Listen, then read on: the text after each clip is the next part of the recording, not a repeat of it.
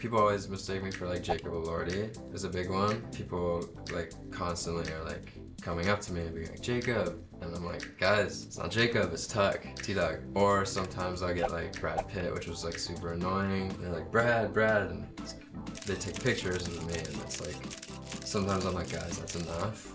I'm flattered. Sometimes I get Dua Lipa when I take my hat off. I don't know, again, it's like flattering, but it's also like, guys, I need space. Like I'm not a piece of meat. What's up, guys? It's Role Model, aka Cowboy, aka T-Dog, aka Jacob Elordi. I'm answering 20 questions for 2024. I'm a scumbag, I'm a setback, I'm a stain on the kitchen floor. I'm a train wreck, I'm a cigarette, I'm the side that no one's rooting for. But you... There's many factors. One, I learned how to play guitar finally, so that helps. Got to start songs on my own in my living room. Makes a huge difference. In the beginning, it was very much like throwing paint at the wall, as it usually is, and just seeing what sticks. For me, nothing was sticking for a long time.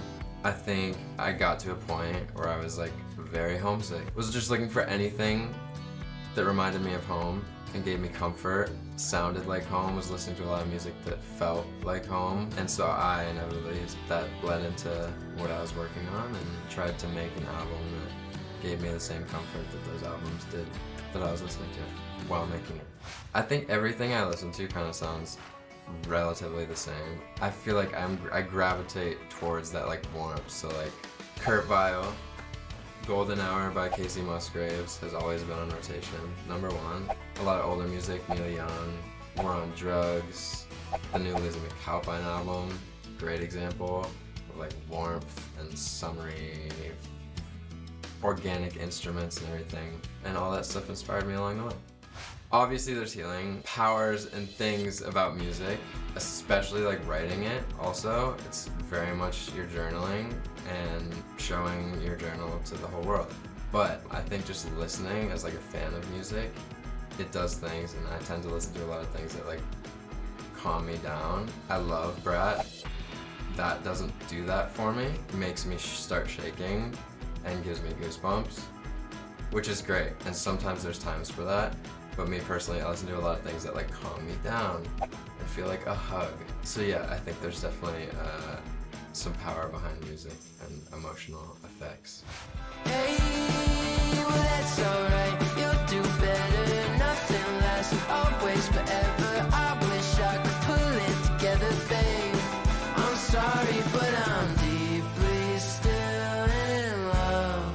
I keep saying this, but I think sometimes there's just like stages in your life where you will mature 2 years in like 2 months. I think that happened for me, and it changed the way I write. It changed also my taste in music. I feel like I listen to like a lot of dad music now. I think lyrically it was the big thing in like Kansas Anymore is very much about heartbreak, but I didn't want to write about that in like a nasty, immature, angry sort of way. I wanted it to be like a mature reflection, looking back on something in a positive light, and to me that's mature. But you know, outside of music, I don't know how much I've matured. I don't think I even have that anger in me. Like I'm not an angry person, and I'm not very like bitter. Even if like I went through a heartbreak that was nasty and like messy, I think I'd still write an album being like sorry and like apologetic and like self-critical. I don't think I have that in me to be like, F you, that was the worst year of my life. So I don't think it was like a conscious decision to not be a bitch. Ideally, I would just go get like lost in the woods or something and like go missing. That feels easiest to me. Or like set myself out to sea and put out a life jacket and just kind of be lost and go missing. I think that'd be a really easy way to break up. There's no confrontation in that route. I don't know why we started with that one. The first single was Oh Gemini, and it was very much like, I knew that was gonna be the first single. It was very soft, and I just like, lyrically, I just wanted to get that one out there.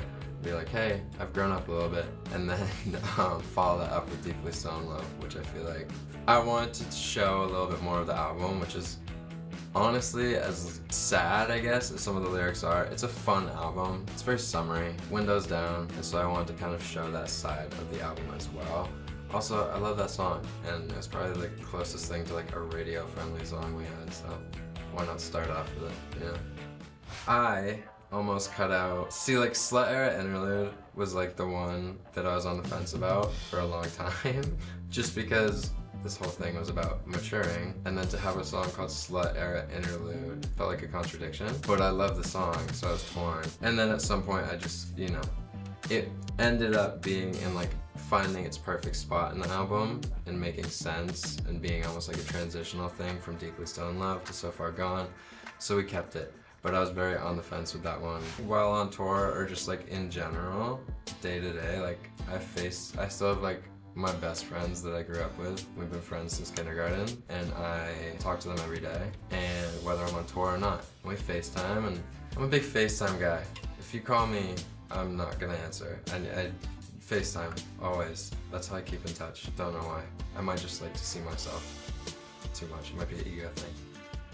All of our conversations with my friends are just like not serious. Like I don't know how healthy that is, but we just don't have real conversations. Everything's a joke.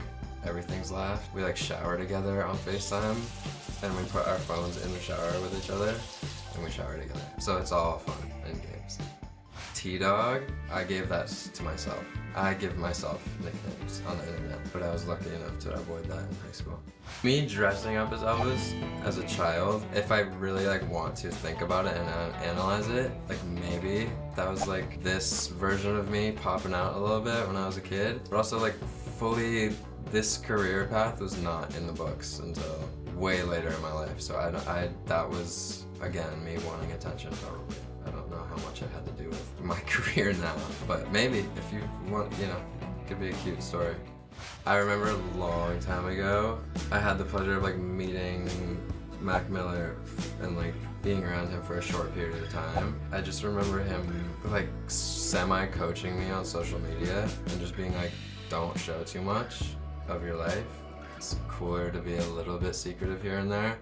Which is not anything, you know, not a breakthrough or anything, like we know that, I think. I think about that a lot. Hey guys, it's me, St. Laurent Cowboy. I'm so excited to be on set for the new Role Model song. And right here. And I am loving all the fun videos you guys are doing and making, and all the dances and the get readies. I love it. The song is coming out soon. Be patient. I love you.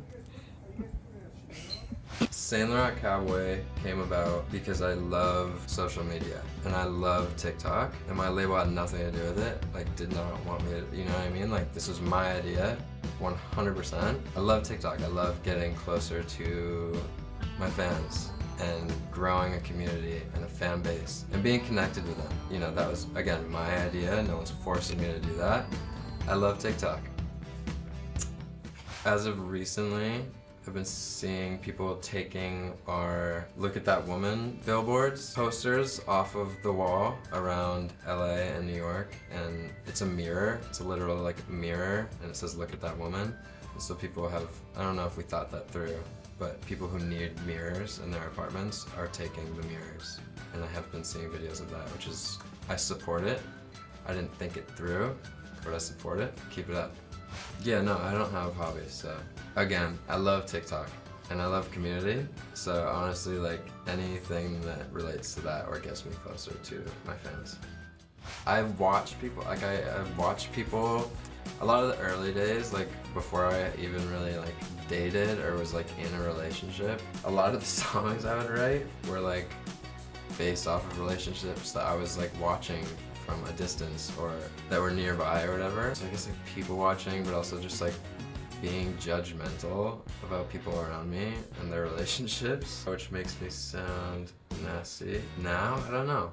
A lot of the music I listen to inspires me. Now that I can like hold a guitar and actually play it inspires me. And Brat by Charlie XCX inspires me. Now he's thinking about me every night. Oh, is it that sweet? I guess so. Say you can't sleep, baby, I know. It's that me espresso. Switch it up, left, right, oh. It's the Nintendo. Say you can't sleep, baby, I know. Espresso. The espresso video, we picked up the guitar from a friend and we were walking home, and I think I wanted to do like a Green Day cover. I thought that would be funny. We tried it, wasn't funny, and then you sort of, from Green Day, you sort of naturally default to Sabrina Carpenter, and people connected with it, and that is why I love TikTok. It's such a special community. People always mistake me for like Jacob Elordi is a big one. People like constantly are like coming up to me and being like, Jacob, and I'm like, guys, it's not Jacob, it's Tug, T-Dug. Or sometimes I get like Brad Pitt, which was like super annoying. They're like, Brad, and they take pictures of me, and it's like, sometimes I'm like, guys, that's enough. I'm flattered. Sometimes I get Dua Lipa when I take my hat off. I don't know, again, it's like flattering, but it's also like, guys, I need space. Like, I'm not a piece of meat. Well, I'm proud of the album. I have to say that because we need to sell some copies. I'm proud of like how I handle everything. Nothing really changes in my day-to-day life. I think it could. I think it's very easy for things to change or for you to get carried away, especially in LA. I've never been to One Oak. I've never been to Hyde. I'm not in the life. I'm not in the scene. I think I have stayed grounded, and so I'm proud of that. And I don't really let anything change my day-to-day life. Still that bitch. Thank you guys. The album is out now. Kansas anymore. Go stream it, buy it, listen to it, love it, hate it.